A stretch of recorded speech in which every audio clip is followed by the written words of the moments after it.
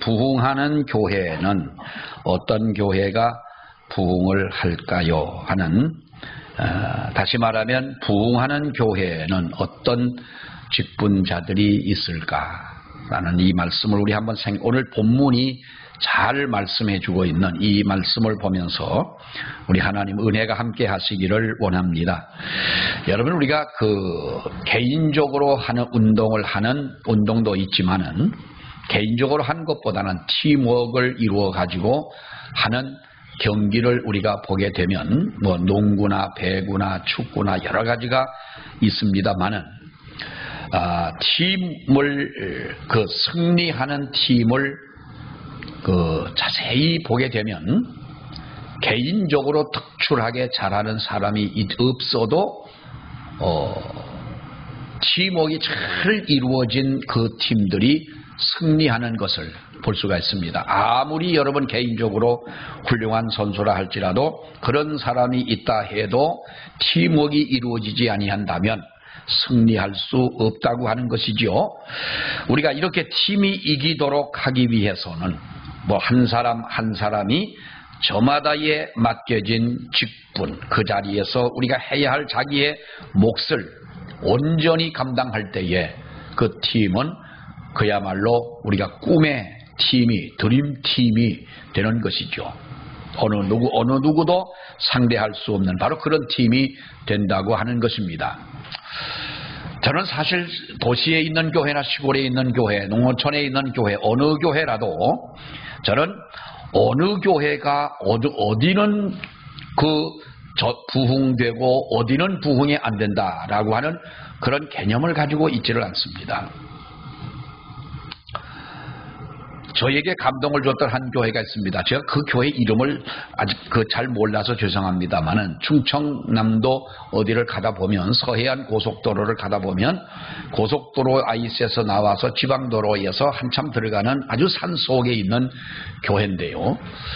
그 교회의 교인들이 지금 몇 명 정도 한 7, 800, 한 1000명 정도 교인들이 이렇게 주일이면 모여서 예배를 드리는데 거기는 아파트도 없습니다. 그 주변에 도시도 아닙니다. 농촌에 있는 아주 시골 교회고 산속에 있는 교회인데 그런 교회를 교인들이 찾아온다 할지라도 한계가 있을 텐데 엄청나게 많은 교인들이 모이는 거예요. 그래서 그 목사님의 설교를 제가 들어봤습니다. 어떻게 설교를 하길래 저렇게 시골에 있는 교회가 그렇게 많이 모이냐? 그런데 그 목사님의 설교가 대단하고 특별하고 이렇지도 않습니다. 여러분, 교회 부흥은 하나님의 주시는 은혜인 줄로 믿습니다. 제가 언제도 말씀을 드렸습니다마는 여러분들의 만약에 자녀가 대학을 가게 된다고 할 때 대학을 가게 됐을 때 어느 대학이라도 들어갈 수 있는 실력이 있다고 한다면 여러분들은 여러분들의 자녀를 어느 대학으로 보내겠습니까? 누가 말하기를 총장과 경비와 학생 한 사람 있는 3명밖에 없는 3명 대학이 저기 어디 있대. 그 3명 대학이 왜 3명 대학이냐 했더니 총장과 경비와 학생 한 사람 3명이네. 그 대학으로 보내겠습니까? 건물이 한 동밖에 없어가지고 그 대학을 한동대학이라고 그래요. 그 대학으로 보내겠습니다. 아니면 저 서울대학으로 보내겠습니까? 물어보는 사람이 바보이죠. 그럼 서울대학이 왜 서울대학입니까? 관악산 밑에 경치가 좋아서 여러분 그 서울대학교를 가보면 있으면요, 그 관악산 등산을 하는 분들이 등산을 하고 내려와서 학교 이 식당에서 이 코로나 전에는 식당에서 밥을 사 드시고 싸니까요. 한 4,000원 정도 하나 하니까 밥을 그래도 서울대학 식당에서 밥 먹고 이제 하산하고 이런 분들이 많이 계신데 여러분 경치가 좋아서 좋은 대학이 아니지요. 대학이 좋다고 하는 것은 훌륭한 교수들이 있는 곳이기 때문에 훌륭한 대학인 것입니다. 자, 여러분 보십시오. 하나님께서 우리를 구원하시고 구원할 자를 하나님이 택하셔서 하나님께서 하나님이 맡기실 만한 교회를 보내신다고 할 때에 어느 교회로 하나님께서 구원받은 백성을 보내시겠느냐라고 하는 거예요. 이 룰이 깨어지고 인간적인 방법으로 교회마저도 운영이 되어지는 이 현실이다 보니 어떻게 보면 우리가 그러한 것까지도 미처 생각하지 못하고 믿음 생활을 하는 그러한 지경에 이르게 됐습니다마는 분명한 것은 여러분, 하나님께서 구원할 자를 어느 한 교회로 보내시려고 하실 때 하나님이 어느 교회로 보내시겠느냐, 내 자식을 어느 대학으로 보내겠느냐라 하는 이 부모의 마음처럼 하나님은 정말로 은혜가 있는 곳으로 하나님께서 정말로 그 섬기는 교회를 통하여 하나님의 은혜와 복을 받을 그러한 교회로, 무엇인가 내 자녀의 영혼을 맡길 수 있는 그런 교회로 보내시지 않겠느냐. 이런 교회를 만들어 가야 된다고. 이것이 우리 교회의 팀워크가 되어야 된다고 하는 것입니다. 그러기 위해서는 여러분, 우리가 한 사람 한 사람이 있어야 할 그 자리, 내가 섬겨야 하는 바로 그 직분들, 이러한 것들을 나 아니라도 다른 사람 누군가가 그것을 하겠지 하는 이러한 마음은, 여러분, 이것은 도피자의 마음인 거예요. 진정한 사명을 가지고 있는 사람이 아닌 거예요. 오늘 우리는 느헤미야가 무너진 예루살렘 성벽을 세우기 위해서 백성들과 한 팀을 이루어 가지고 그 예루살렘 성벽을 쌓는 모습을 볼 수가 있습니다. 며칠 만에 쌓느냐? 자, 여러분 보십시오. 옆에 있는 6장 15절 말씀을 봅니다. 6장 15절 시작. 성벽 역사가 52일 만인 1월 25일에 끝남에, 성벽 역사가 며칠 만에요? 52일 만에 이 성벽의 역사가 완공이 됐다. 52일 만에 어떻게 성벽을 쌓느냐? 그야말로 우리가 기적 같은 일이라고 볼 수가 있겠습니다만은 이렇게 빠른 시일 내에 성벽을 쌓습니다. 그리고 예루살렘 성벽을 다 완성하게 됐을 때 모든 사람들은, 그리고 그 다음에는 무엇을 하기를 여러분 원할까요? 우리가 성벽을 쌓았으니 이제는 그것을 어떻게 보면은 무슨 낙성식을 하고 하나님 앞에 감사의 예배를 드리고 벅찬 우리가 감격 속에서 축제를 하고 이렇게 서로가 큰 일을 이룬 것을 자축하면서 이러한 시간을 갖기를 원했겠지만은, 느헤미야를 여러분 보십시오. 그가 성벽을 다 완성한 후에 무엇을 하였느냐?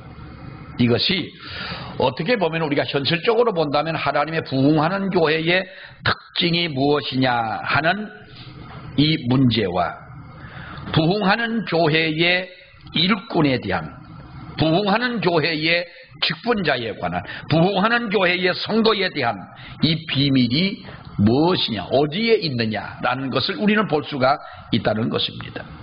여러분, 부흥하는 교회는 신실한 일꾼이 세워져야 하는 줄로 믿습니다. 우리가 1절과 2절에 있는 말씀을 보십시오. 느헤미야서를 우리가 보게 되면은 1장부터 6장까지는 이 느헤미야가 무너진 성벽을 세우기 위하여 온 마음을 다해 애쓰는 그러한 모습을 우리는 보게 됩니다. 그리고 7장에 있는 말씀부터 13장까지의 말씀을 보게 되면 이 무너진 성벽의 문제가 아니라 더 중요한 문제는 그 당시에 이스라엘 백성들의 영적으로 무너져 있는 그 영성이 문제였더라는 거예요. 그래서 백성들의 무너져 있는 이 영성을 다시 세우기 위해서 온 힘을 쏟는 느헤미야의 이 역사를 우리가 볼 수가 있는데, 여러분 보십시오. 느헤미야의 관심사가 무엇이었느냐? 아무리 성벽을 견고히 쌓았다 할지라도, 아무리 예루살렘 성이 튼튼하다 할지라도, 견고하다 할지라도, 여러분 그 안에서 살아가는 사람들의 영적인 면이 하나님 보시기에 온전치 못하다면 그것은 그들을 보호할 만한 성이 아니라는 것이지요. 여리고성을 무너뜨릴 때 여러분, 이스라엘 백성들이 어떻게 무너뜨립니까? 하나님이 여호수아에게 말씀을 하십니다. 너희가 온 백성들이 다 아침에 새벽같이 너희들이 그 성을 하루에 한 바퀴씩 돌라. 6일 동안을 하루에 한 바퀴만 돌고, 1회가 되는 날은 7일째가 되는 날은 7바퀴를 돌면 이 여리고 성이 무너질 것이다 그랬어요. 여러분, 그렇게 됐지 않습니까? 견고한 성이라고 하는 것은 우리가 물론 외적인 면도 있겠지만은 더 중요한 것은 그 속에 살아가는 사람들의 영성이 문제라는 거예요. 그래서 느헤미야는 성벽을 세운 후에 사람들을 세웠던 것입니다. 사람들을 세우는데 어떤 사람들을 세웠느냐? 1절에 있는 말씀을 보면은 세 종류의 사람을 세웁니다. 여러분, 어떤 사람들입니까? 느헤미야는 성문을 단 후에 어떤 사람? 문지기와 그리고 노래하는 자와 그리고 레위인을 세웠다 그랬어요. 성을 지키기 위해서 문지기를 세우는 것은 당연한 것입니다. 그런데 노래하는 자와 레위인이 거기에 왜 필요하냐는 거예요. 무장을 하고 성을 지키고 창을 들고 어떤 원수가 침범에 들어오지 못하도록 군인들을 세워놓는 것은 당연한 것이겠지만, 노래하는 자와 레위인은 여러분 누굽니까? 제사장들 아니겠습니까? 제사장의 어떻게 보면은 그 지파들이고, 노래하는 자와 레위인을 왜 거기에 세워두느냐? 성벽을 지키는 것도 중요하지만은 그 안에서 살아가는 이스라엘 백성들이 하나님 앞에 온전한 예배를 드림으로 하나님께 영광을 돌려드리는 것이고, 모든 죄를 하나님 앞에 회개하고 하나님이 보시기에 정결한 마음으로 살아가는 그 삶이 하나님이 기뻐하는 삶이기 때문에, 물론 성문도 지켜야 되지만 할 일도 해야 되지만, 중요한 것은 하나님을 찬양하는 것과 그리고 하나님 앞에 모든 죄의 문제를 해결할 이 세 종류의 사람들이 세워졌다는 거예요. 우리가 여러분 하나님 앞에 기도하지만은 내가 아무것도 하지 않고 그저 무조건 하나님 내게 주십시오라고만 한다면, 내가 뛰어갈 수 있는 100m를 뛸 때에, 100m 달리기를 할 때에 제일 빨리 달리는 사람이 몇 초입니까? 9초대에 달리잖아요. 네? 세계적으로 보면은 9초대가 무너졌습니까? 그건 무너졌는지 안 무너졌는지 그걸 여기 따질 일은 없지만은 아무튼 우리가 달립니다. 여러분들은 몇 초 걸릴까요? 한 20초, 30초 걸리겠죠. 어떤 분은 한나절도 걸립니다. 100m 가려면. 그런데 내가 뛸 수 있는 내 실력은 20초라고 만약에 가정해서 한다면, 어떻게 하더라도 20초 안에는 못 들어가는데 하나님이여 10초 내에 뛸 수 있도록 해 주시옵소서. 그럼 하나님이 뭐라고 그러겠습니까? 네가 날려라 이놈아 그러지. 네가 아무리 뛰어봐야 20초고 최선을 다할 테니 하나님 나를 좀 도와달라고. 조금 깎으면 모르지만은 그걸 무조건적으로 하나님 앞에 그렇게 한다면 그것은 여러분 우리의 신앙이 좋은 것 같으나, 그러나 그것은 진실한 믿음이라 할 수는 없는 것입니다. 무너진 예루살렘 성벽을 세운 이후에 하나님 앞에 그가 찬송하는 도성이 되기를 원하고 예배하는 도성이 되기를 원했던 것입니다. 느헤미야는 예루살렘이 상업적으로 번성하는 도시나 문화적으로 꽃을 피우는 그러한 도시가 아니라 하나님을 예배하는 이 성이 되어야 하겠다는 것입니다. 여러분, 그것이 우리가 하나님 앞에 복된 삶이 아니냐는 거예요. 그래서 하나님을 찬양하는 사람들, 하나님께 예배를 드리는 사람들을 임명했던 것입니다. 문지기보다도 더 큰 관심을 가지고 중점적인 관심을 두고 세워지게 된 것입니다. 다윗이 전쟁을 하러 나가면서 찬양대를 앞세웠던 것도 마찬가지 아니겠습니까, 여러분? 총알바지로 세운 것이 아니잖아요. 느헤미야는 이렇게 신실한 일꾼을 세우게 됐던 것입니다. 여러분, 신실한 일꾼 중에 우리가 2절에 보면은 두 사람의 이름이 나옵니다. 하나는 하나니라고 하는 사람이고 또 한 사람은 하나냐라고 하는 사람인데요. 2절을 보게 되면 하나니라고 하는 사람은 느헤미야의 동생이었습니다. 동생이라고 말합니다. 이렇게 우리는 지금 느헤미야가 자기 동생을 지도자로 세웠다는 것을 이야기한다면 아마도 자기의 동생을 세워가지고 무슨 족벌 체제, 세습 체제로 정치를 하려고 하는 것이 아니냐라고 할 수가 있겠습니다만은 여러분 성경을 읽어보면 하나니라고 하는 사람이 어떤 사람이었느냐? 우리가 성경을 볼 때에 허물어진 예루살렘 성벽에 대해서 관심을 가지고 느헤미야를 찾아가서 느헤미야에게 이 사실을 고합니다. 예루살렘 성벽이 다 무너졌습니다. 어떻게든 우리는 이 성벽이 무너진 것은 하나님 앞에 얼마나 우리가 부끄럽고 죄송스러운 일이냐. 예루살렘 성벽을 다시 세우는 데에 관심을 가지고 눈물로 기도하던 사람, 그야말로 헌신된 사람, 이 사람이 바로 하나니라고 하는 사람이고 느헤미야의 동생이긴 하지만은 그러나 이러한 사람을 세우게 된 것입니다. 교회는요, 우리가 신실한 일꾼이 세워져야 되는 줄로 믿습니다. 신실한 일꾼을 통하여 하나님의 교회는 여러분 부흥한다는 것이지요. 평소에 하나님의 교회를 힘있게 세우기 위하여 열심을 다해서 헌신하는 사람, 이런 사람들이 세워져야 한다는. 판교에 가면은 지금 판교에서 대표적인 교회가 우리들 교회입니다. 김양재 목사님이라고 하는 여자 목사님이 아주 야리야리하게 생기신 여자 목사님이신.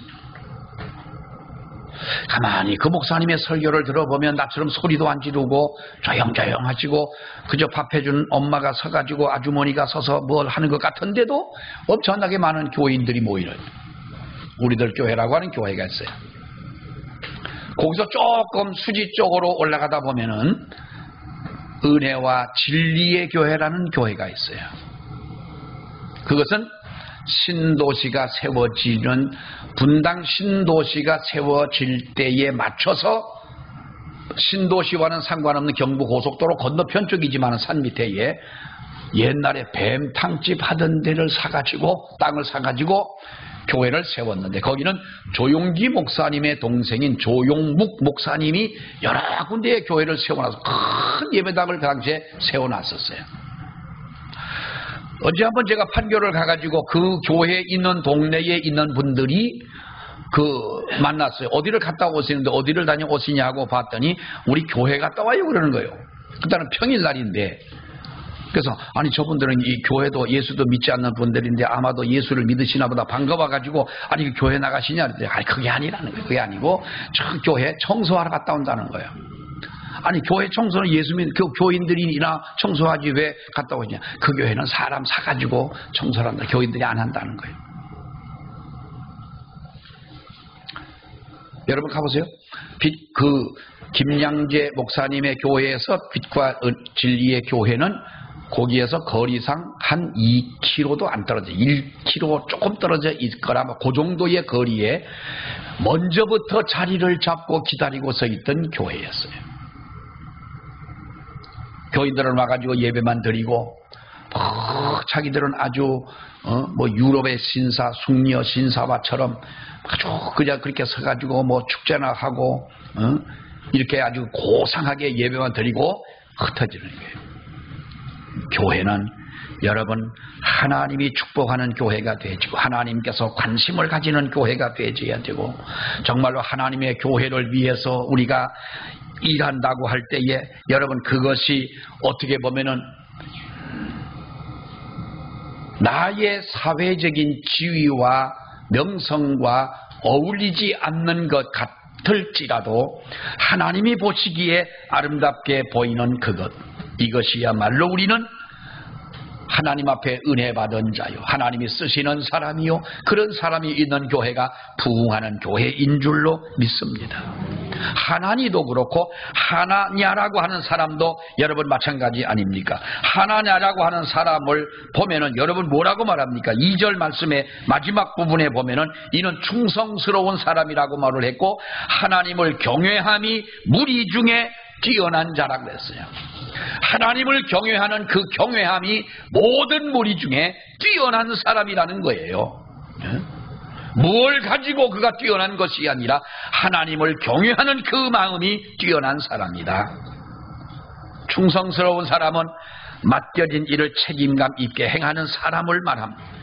충성된 사람이라고 하는 것은 어떤 일이든지 안심하고 맡길 수 있는 사람을 충성된 사람이라고 할 수가 있는 것입니다.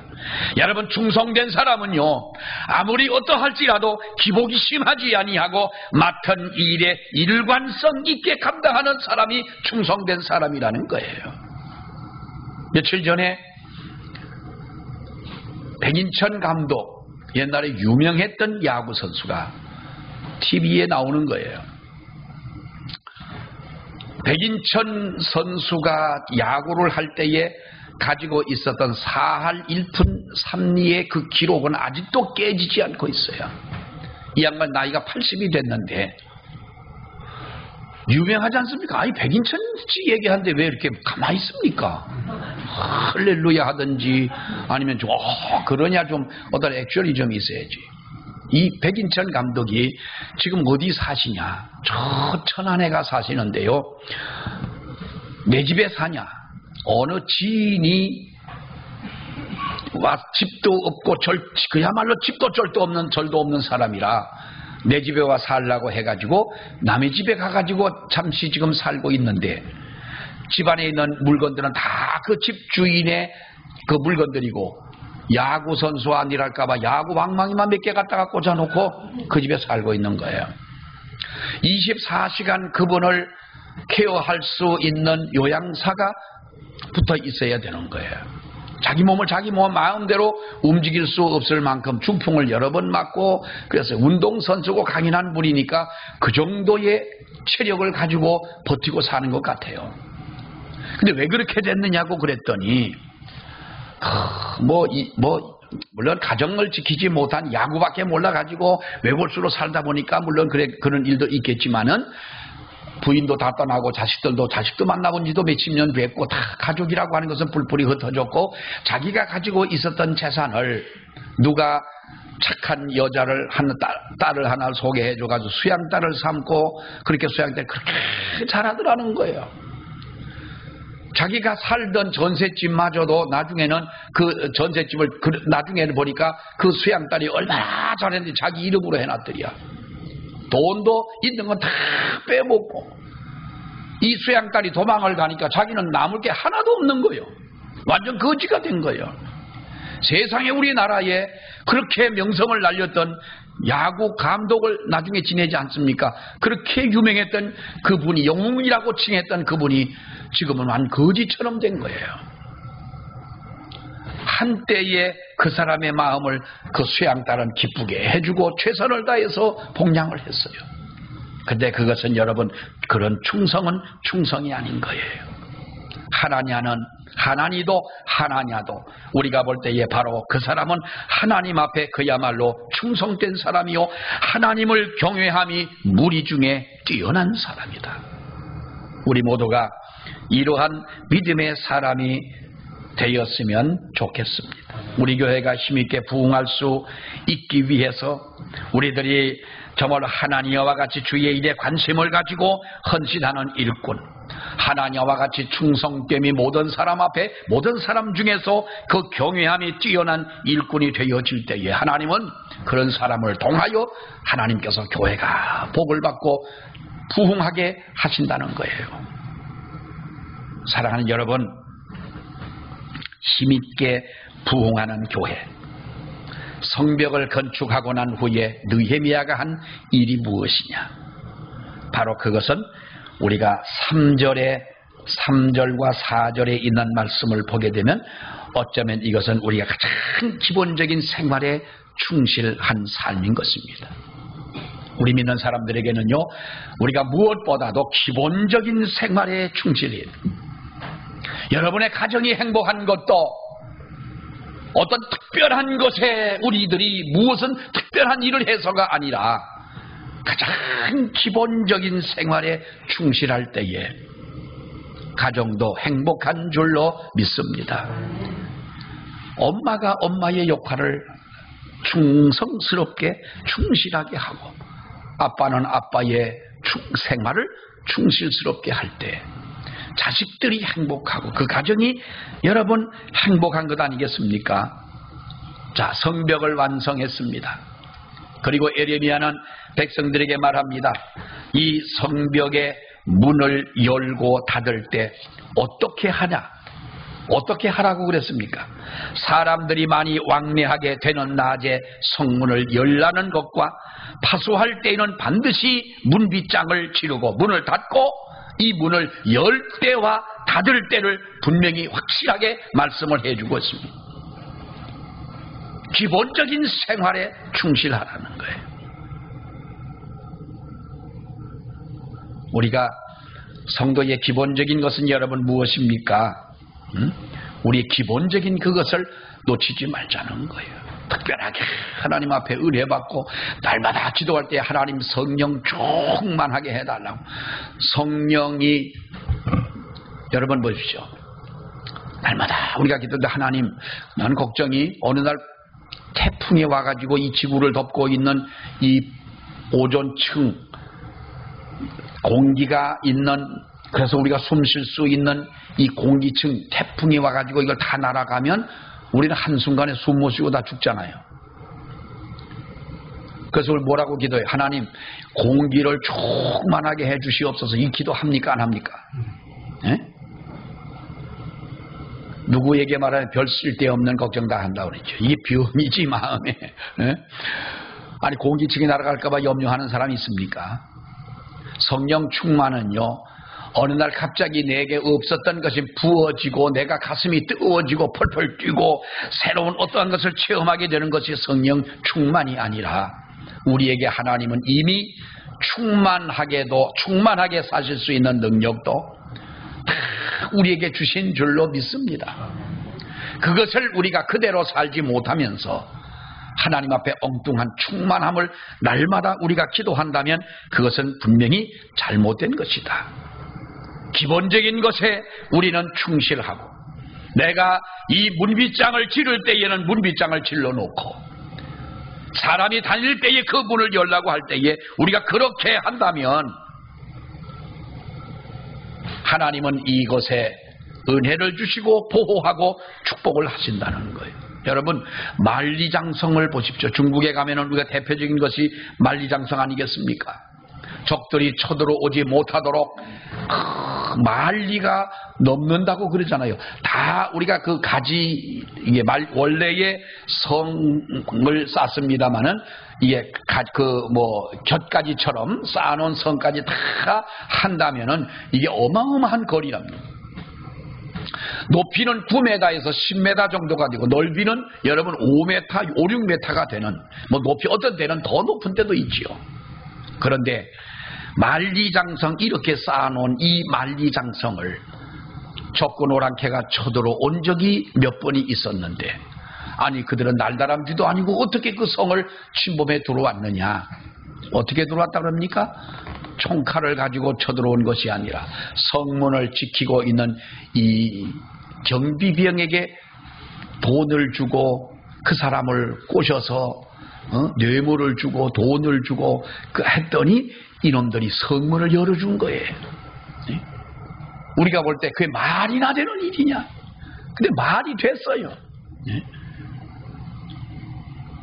사랑하는 여러분, 우리가 보십시오. 우리가 신앙생활을 할 때에 자주 넘어지고 자주 쓰러지는 이유가 무엇인 줄 압니까? 기본적인 것을 하나님 앞에 행하지 못했기 때문에 그런 것입니다. 성문을 닫을 때에 닫아야 되고 열어야 할 때에 열 수 있는 이와 같은 지혜가 있어야 되는 줄로 믿습니다. 아멘. 여러분들이 기본적으로 해야 되는 것이 무엇이냐? 우리 성도들에게 기본적으로 해야 될 것이 뭐냐? 우리 교회가 부흥하기를 원하십니까? 내 마음 속에 신앙적 부흥의 역사가 일어날 때에, 내 마음 속에 신앙의 부흥이 일어나면 여러분의 가정에 분명히 변화가 되고 여러분의 가정의 신앙의 부흥이 일어나는 것은 당연한 것입니다. 우리 교인들이 한 사람도 빠짐없이 교회를 다 나와 예배에 참석한다면 우리는 교회가 금방 부흥한 것처럼 보일 것입니다. 코로나를 지나면서 우리는 예배에 대한 의식이 너무나도 이제는 우리가 많이 희석이 되어졌습니다.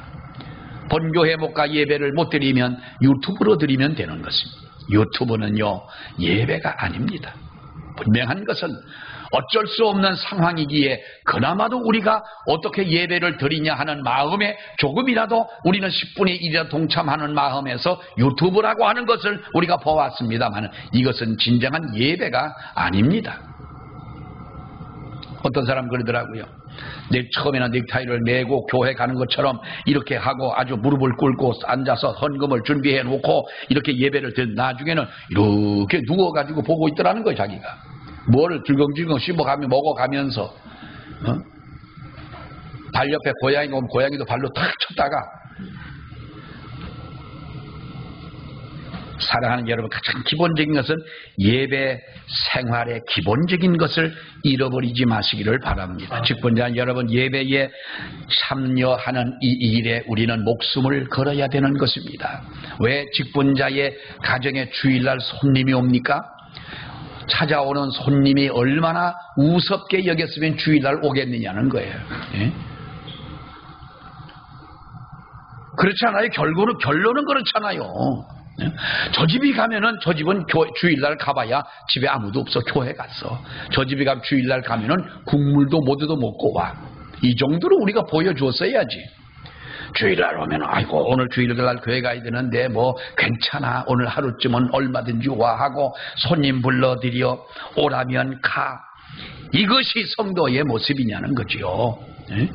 왜 우리가 가장 기본적인 이 예배 생활에 이것을 지키지 못하느냐. 문빗장을 질러야 될 때는 우리가 질러놔야 되지 않느냐는 거예요. 열어놓으라고 할 때에 우리가 열어놔야 되지 않겠느냐. 올해는 사랑하는 여러분, 직분자 헌신 예배는 직분자가 누굽니까? 장로님, 권사님, 안수집사님, 집사님, 찬양대, 구역장, 권찰, 교사 빼면 없잖아요. 다 성도는 직분자예요. 올해는 예배에 하나님 앞에 성공하는 여러분들이 되시기를 축원합니다. 둘째는 우리가 무엇보다도 여러분 말씀을 읽고 말씀을 묵상하는 생활이, 이것이 기본적인 우리가 놓쳐서는 안 되는 일인 줄로 믿습니다. 우리가 한 주일 동안 부주의 살다 보면 말씀을 멀리할 때가 있지 않습니까? 그래서 우리가 시간을 내서 말씀을 읽어야 되는 것이고, 말씀을 읽고 듣고 이 말씀대로 우리가 살아가야 되는데, 그래서 언제부턴가 우리 교회 새벽 예배는, 예배보다도 어차피 새벽 예배야 기도하러 나오는 것 아니겠습니까? 성경을 가만히 보다 보니까 새벽 예배에 성경을 한 권 읽자. 그래가지고 성경을 5장씩 읽습니다. 새벽에. 어디까지 왔느냐? 사무엘상 10장까지 왔습니다. 지금 사무엘상 10장, 내일 아침에는 11장부터 15장까지 읽습니다. 그동안 새벽 예배 안 나와 가지고 성경을 교회에서 못 읽은 분들은 지금부터라도 창세기 1장 1장부터 읽으면서 따라오시기를 바랍니다. 따라오시기를 바랍니다. 아멘 하신 분들은 꼭 따라오실 분들인 줄 믿습니다. 아멘. 집에서 읽어, 집에서는 더 많이 읽잖아요. 이 5장을 읽는데 새벽에 눈 비비고 일어나서 성경을 읽으려니 줄도 왔다 갔다 하고, 또 옆에 사람 또 너무 빨리 읽으면 쫓아가려고 애쓰다 보면은 뭔 뜻인지도 모르고 읽을 때도 있고 하지만은 그 5장 읽는데 거의 30분이 걸려요. 그러니까 그래도 다 읽을 때까지 읽으려고 그럽니다. 여러분들 올해는 성경을 우리가 어떻게 하든 한 번이라도 다 보실 수 있는 저와 여러분이 되시기를 바랍니다.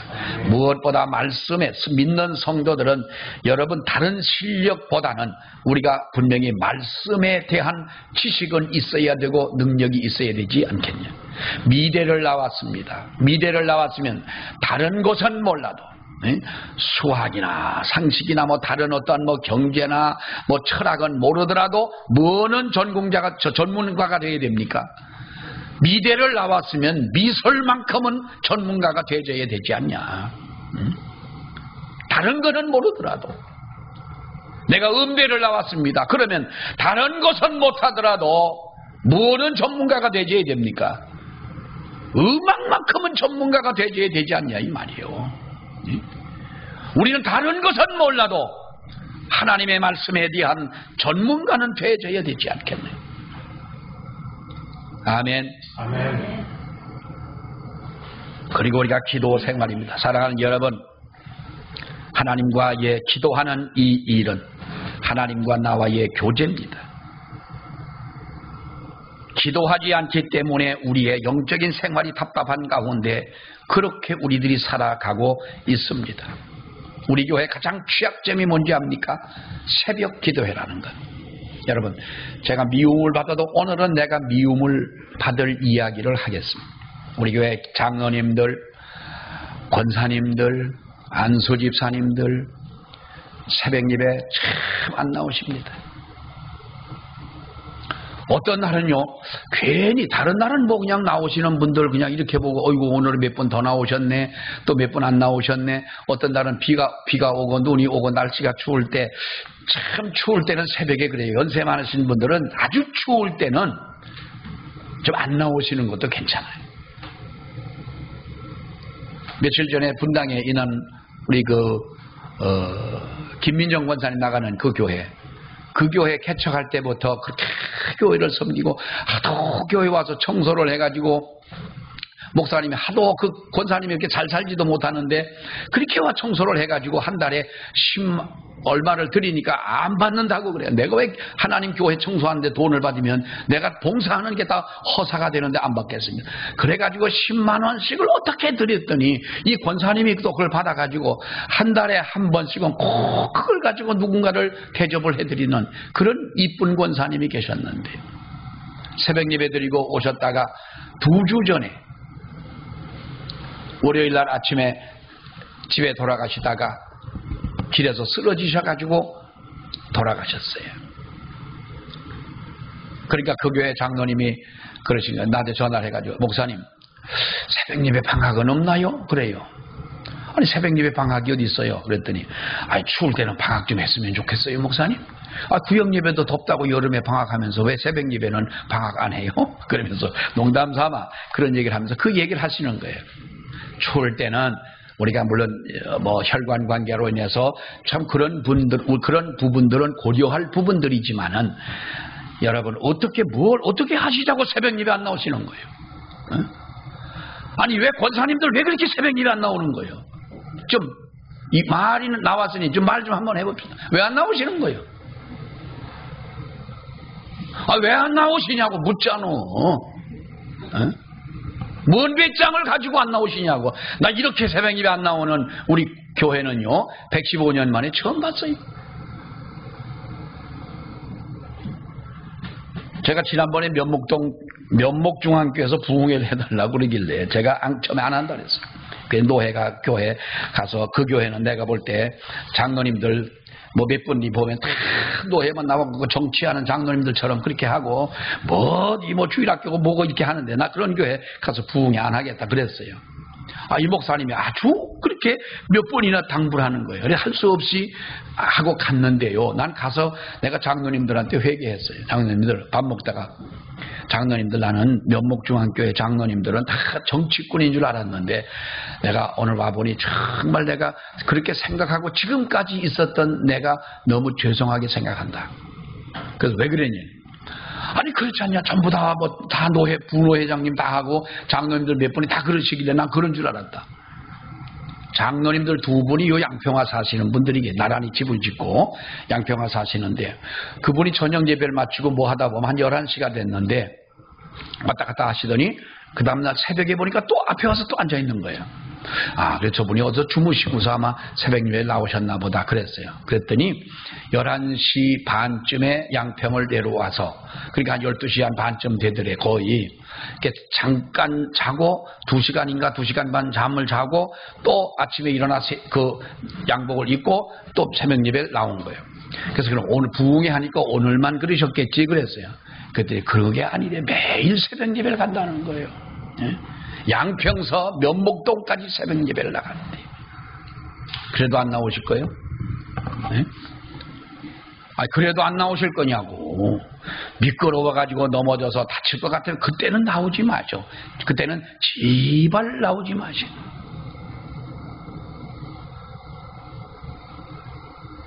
저 설교 안 끝날 거예요. 어떡하실 거냐니까요. 네? 그냥 그러다 사시고다 마실래요? 아니면 지금이라도 새벽 기도회는 나가야지, 공적인 예배니까 나가야지 하고 나오실래요? 예? 나오실 줄로 믿습니다. 우리 교회에 이것이 취약점이 돼서는 안 됩니다. 핑계하지 마시길 바랍니다. 피곤하시면 새벽 예배 와가지고 잠깐 기도하시고 가서 잠깐 쉬어도 됩니다. 겨울에는 날이 밝으려면 한참 있어야 밝기 때문에 잠깐 쉬어도 됩니다.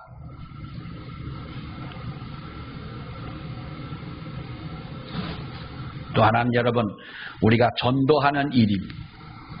이것은 내가 길게 말씀드리지 않겠습니다. 전도는 자연스러운 현상이 되어야 됩니다. 오전에 제가 말씀을 드렸습니다. 초대교회 때는 그랬지 않습니까? 예수 믿지 않는 사람에게 전도하면서 그리스도인들처럼 그렇게 사랑하는 사람을 본 적이 있느냐? 얼마나 여러분 이것이 멋있는 말입니까?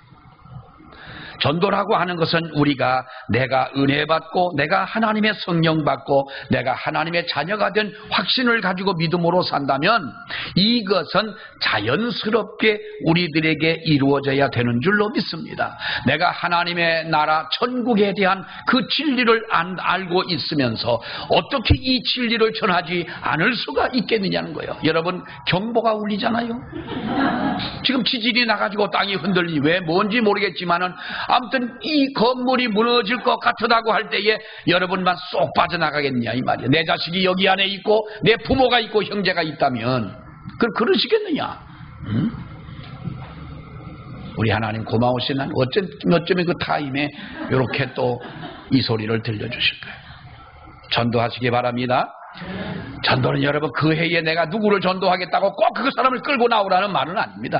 여러분의 마음속에 전도하고 싶은 마음이 정말로 불타오르고 내게 있다면, 그 사람을 위해 기도한다면 하나님은 그 사람이 1년 내에든지 아니면 하나님의 방법으로 뭐 내일이라도 감동할 수가 있겠지만은 한 달이 가고 1년이 가고 10년이 가도 요지부동인 사람이 있습니다.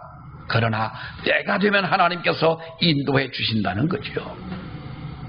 자, 또 한 가지만 더 말씀드릴게요. 직분자 여러분, 또 하나의 우리가 취약점은 우리 교회에 11조를 드리는 이 문제인 것입니다. 제가 오늘 미움받기로 작정했다고 그랬습니다. 앞으로 제가요, 다른 교회하고 비교를 안 합니다. 나는 어디 가도 우리 교회 교인들, 우리 교회는 그런 못된 교인이 있어. 난 이런 말을 아직까지 한 번도 해본 적이 없습니다. 우리 교회 장로님들 성격이 뭐 다 그렇지만은 그래도 난 좋은 쪽으로 얘기하고, 내가 돈 얘기, 누구 얘기인가 이런 얘기는요 한마디도 안 해요. 어떤 사람은 꼭 그럽니다. 연초만 되면 목사님 사례금 얼마 올랐어 그럽니다. 아니 조금 올랐으면 지가 보태줄 것도 아니면서, 네? 왜 그 남의 사례금을 가지고 얘기를 하냐고. 그게 뭔 관심사입니까 그게. 저는 돈에 대한 이야기도 안 하지만은 그렇게 큰 신경도 안 씁니다. 그러나 중요한 것은 사랑하는 여러분들 왜 11조를 나는 또 한 번 장로님들이나 우리 장로님들이 다 11조 하시지만 권사님들도 11조 생활 정확한 11조를 하시기를 바랍니다. 정확한 어떻게 정해놓고 내가 이렇게 하겠다고 하는 것이 아닙니다. 그럼 하나님은 여러분들을 그렇게 살도록 하십니다. 하나님이 내게 주시는 것을 내가 정확하게 하나님 앞에 드릴 것을 드리고 믿음으로 살 때에, 그리고 나중에 그것은 하나님 앞에 맡기는 삶이 되어야 되는 것이죠. 나는 우리 교회 교인들이 새벽 예배만 제대로 나오시고 11조 생활만 제대로 하시고 예배에 철저하게 예배만 드린다면 이것은 우리가 신앙의 모든 조건을 갖춘 완벽한 우리 믿음이 아니냐. 그래야 하나님이 은혜도 주시는 것이죠. 낚시꾼이 낚시를 하는데 자를 가지고 이렇게 재보더니 30cm가 큰 놈은 다 놔주더라잖아. 꼭 그것만 잡아 넣더라는 거예요. 하도 이상해서 왜 그러냐 물어봤더니 왜 그랬다고 그래요.